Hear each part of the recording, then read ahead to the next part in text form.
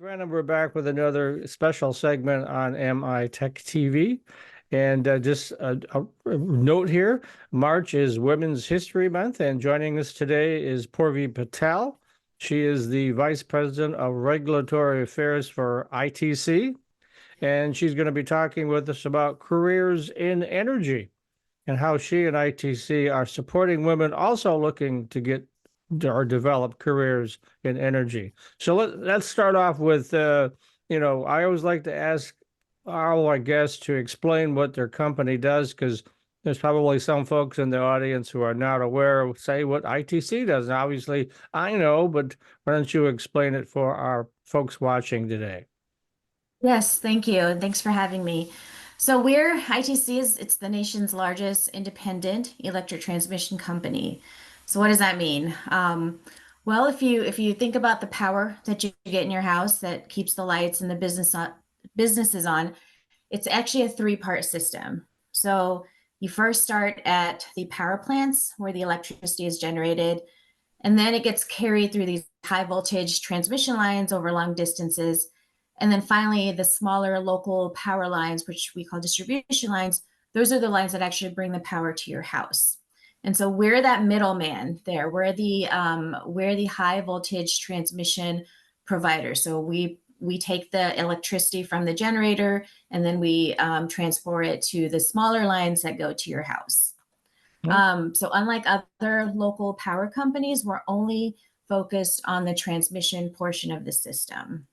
So we maintain the transmission infrastructure that really holds that three-part system together. So moving power from where it's generated to where it's needed.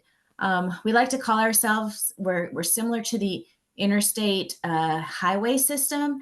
So that's really, if you want to think about it that way, it's really, you have all the small roads, but we're the big sort of highway system of the three-part energy system.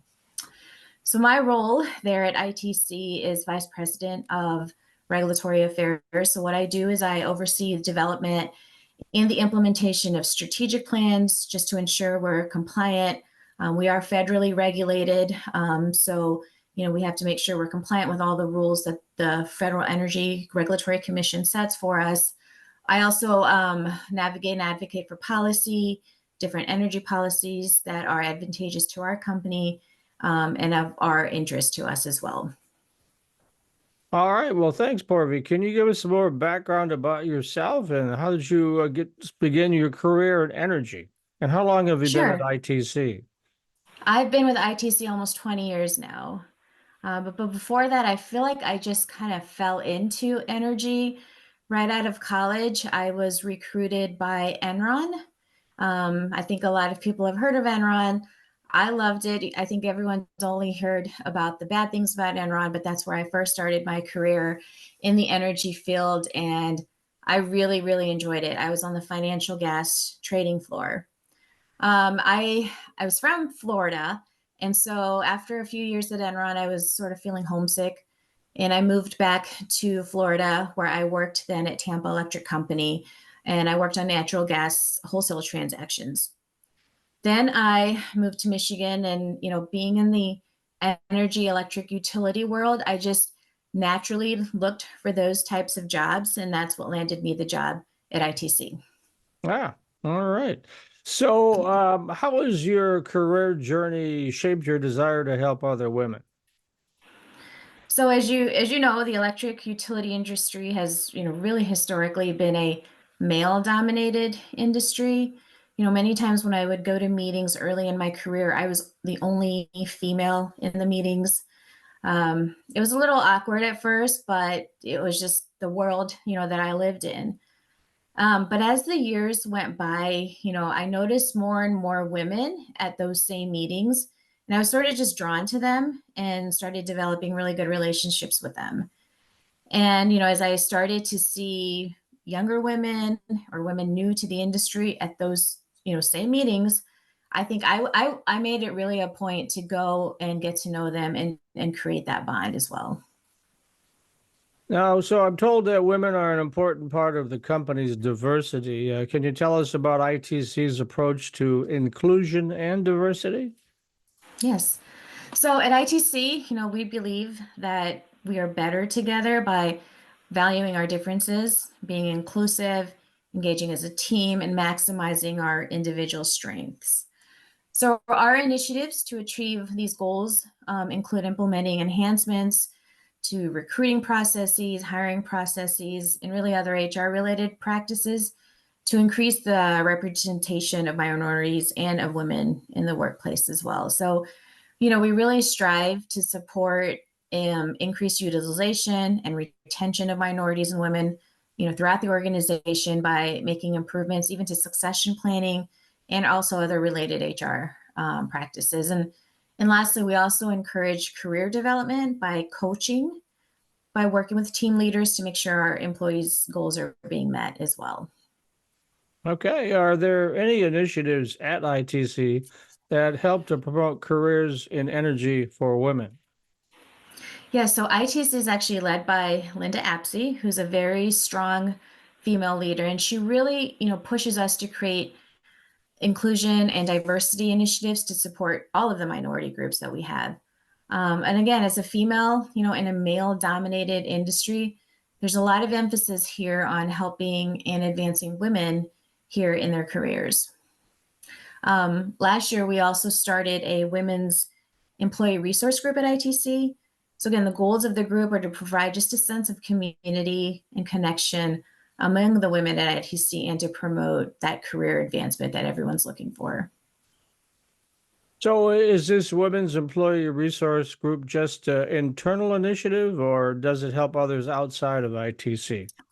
Well, it definitely provides a strong support system within the company. And we also try to extend that support, just beyond the walls at ITC as well. So our Women's Employee Resource Group also gives back to the community through outreach and service. We do a lot of volunteer work with our Women in Engineering team, which also connects with, and we also connect with young women that promote careers in STEM as well. One of the programs that we support is the Digital Divas program, which helps high school and middle school girls and gives them an opportunity to explore future careers in STEM fields. So it's really important to expose students, to the possibilities by supporting these sort of programs like the Digital Divas. We're showing that young women, female women that they can thrive in STEM careers and they can have fun doing it too. And it's not just a male dominated world anymore in this industry. Good to know. Your bio mentions that you're involved with several groups outside of your work at ITC. Can you tell us more about those groups and particularly how they're focused on helping women? Yes. So I do serve on the board for Advancing Women in Energy. And so what this is, it's an organization that's created to recruit, promote, and develop women in energy related careers, inspire those who are actually interested in working in energy careers. We inspire them through education, networking, and mentoring. So our goal really for Advancing Women in Energy is to increase the number of women in all the facets of energy industry, and particularly in leadership roles as well. I also serve on the board of directors for Common Ground. It's a nonprofit agency, and it's dedicated to helping youths, adults, and families in crises through a trauma-informed, recovery-oriented perspective. And I'm very proud to be part of the board member at Common Ground because obviously mental health is a big issue amongst all of us these days. And so this agency is really a great agency.